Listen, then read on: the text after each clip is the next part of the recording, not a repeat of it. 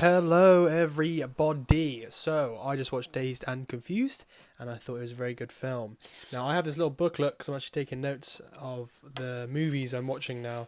I did one on, oh god, The Drunken Master. That was a fantastic film. I haven't done a review on it. I've written some notes. I can do maybe a video on that later. But I am just going to basically go over what Dazed and Confused was. So Dazed and Confused ultimately was a very good film. I gave it a 4 out of 5 on Letterboxd. And it was just one of those feel-good coming-of-age films in which it's just simple and fun and vibrant and youthful.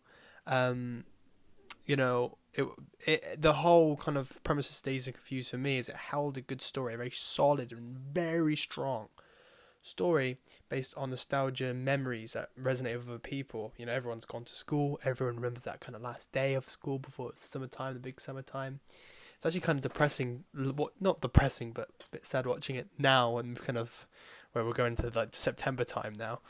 So, you know, the whole like breaking into summer has completely changed now. So yeah. Anyway, easy to low budget. To do a low budget as well, because basically, so as I said, this whole film is very simple. It's literally about these group of people who go out and have a bit of fun on a day, and that's it. And you could definitely shoot this on a lower budget sort of thing. It's something that I could make, not Dazed and Confused, but something along those lines, in the sense of it being very strong, but simple, and not necessarily too hard to make. But it goes to show that you can have a really strong story, and it doesn't need to be all that great. You know, the camera work wasn't amazing, the cinematography wasn't amazing. It wasn't this very wowy film, but because it was nostalgic and because people resonated with it because of school, that's what probably made it such a big film, such a big iconic film. And also the characters and the dialogue is all very natural and all very good.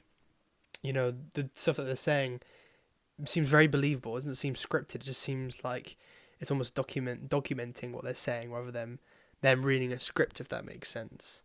But yeah, no, it was actually pretty crazy what you can, like, how good it was, but how like simple it was. Like, the thing is like when you try and explain the film to somebody, like pitch it like to a crew or whatever, and you just say like I don't know, you try and explain it, it doesn't never sounds as good as what you think it does, or when it actually comes out. And I feel like you try and explain this to somebody, that would be the exact same like response. Like, what are you on about? Like, what does that, like, the point is that it's just surprising how they've managed to make a good film with something so simple. That's very remarkable to me. Because usually I like loads of action and loads of stuff going on, but it was just so simple. I think that would probably resonate a lot more now, because obviously the wave of kind of authentic longer form content, I think with films, that could be resonated. So I think a kind of film like that could be quite big, you know, a very real film. And it's like how it shows the youth separately, so the freshmen's, I think that's what you call them, you know, going into freshman year, and like you had the more younger generation of kids, and then the older generation of kids, kind of the 16, 17 to 15, 14, 15. I'm not sure how it works in America.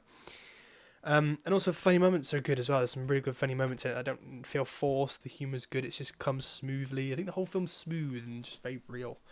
And it almost seems like it should be boring. That's also the point as well. It almost feels like it should be a boring film, but it's not.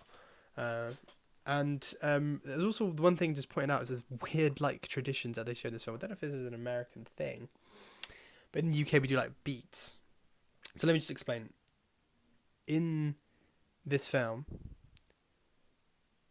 there's like scenes of them like when they go into another year of these older kids getting these other kids and spanking them with like a bat, like a flat bat, and hitting them really hard on their ass. Don't know why. And then for some reason it's the same with the girls, but it's like younger generation of girls have to wear dummies and get loads of shit dumped all over them like food, and then get washed in the car wash. I just thought, what was so strange? Like, I didn't have an issue with it. I just thought it was very strange because it is very strange. And that's just one thing I pointed out. Just like really weird traditions. I mean, over in the UK, the only thing I can think of is a bit strange is beats, birthday beats. If you're like 14, you come into school, you get 14 punches in your arm, sort of thing. Something that's really that I could resonate with. Well, and this was actually the good thing about it is I keep talking about pacing because a lot of people think fast pacing is good pacing in film, where you watch a 3-hour film, and then it feels like an hour. You're like, oh, that's good pacing. That's good pacing, 100%.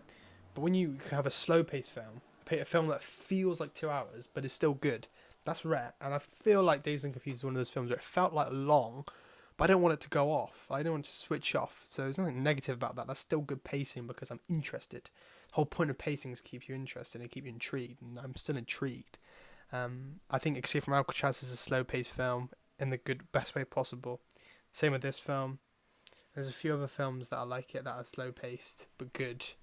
Maybe even The French Connection, like a lot of that's quite slow, but I love The French Connection. Also, I would say the film has some good framings. There's some good stills, some good shots that just held it. There wasn't much movement in the film. There was a bit of movement here and there, but a lot of the shots were very much held on the characters, and there was some good framing though. And there was also some like really authentic and specific things, particularly when they say good game.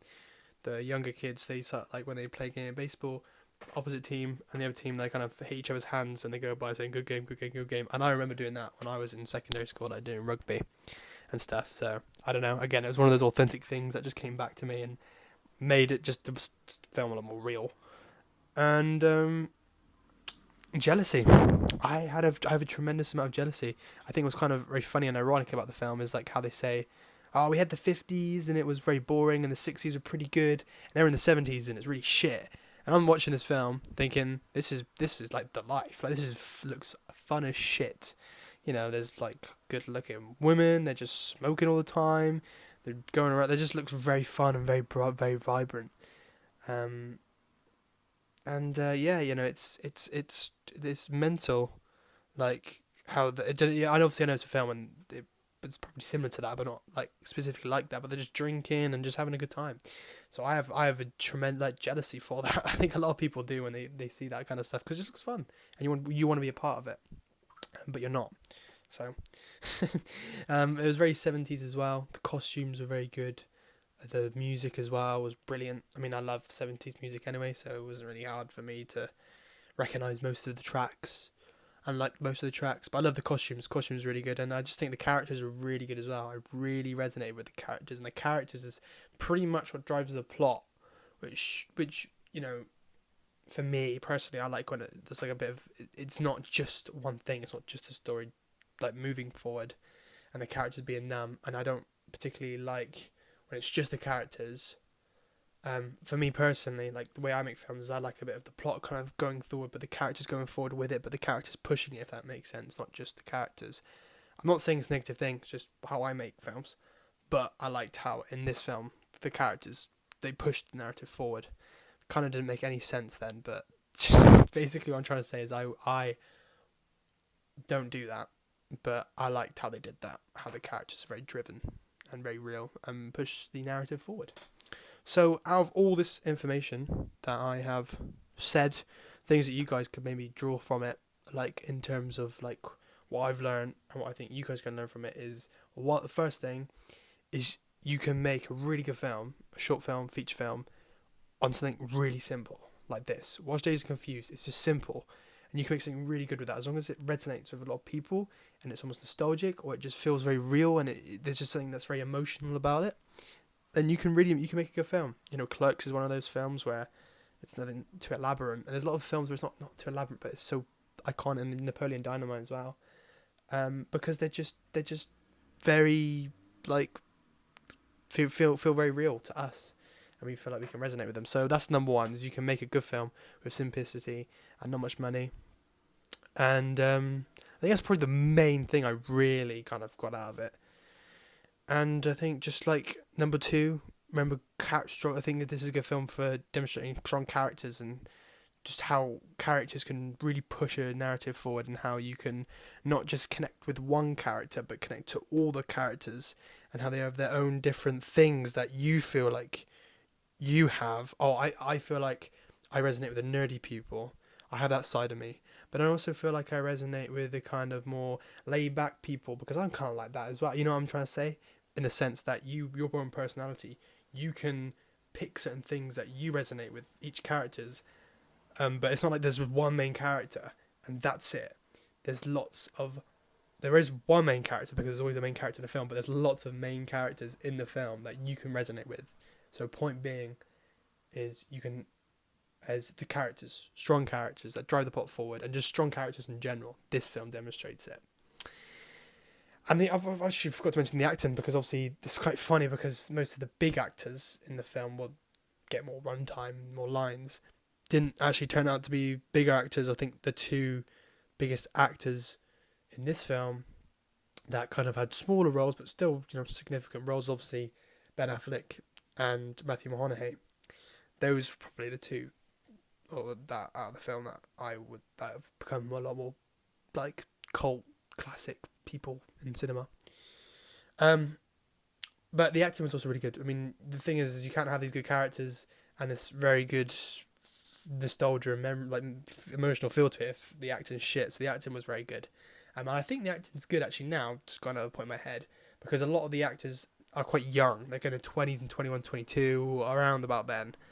So I think they can very easily kind of pick their secondary school memories, and I don't think it's particularly hard for them to do that, so that's probably why it's quite real. But yeah, those are the two things. I can't think of a third thing, really. But those are the two things that I can give to you that I've learned that I think can help you, is that you can make something a really good film, simplicity and not much money, and strong characters that can drive the plot forward, can also make a really good movie.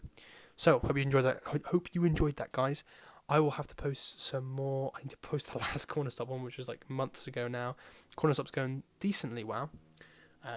Just continuing with that. It's taken so long, but we're pushing through. And then I'll have a jobs board I'm going to in London on the 14th of September.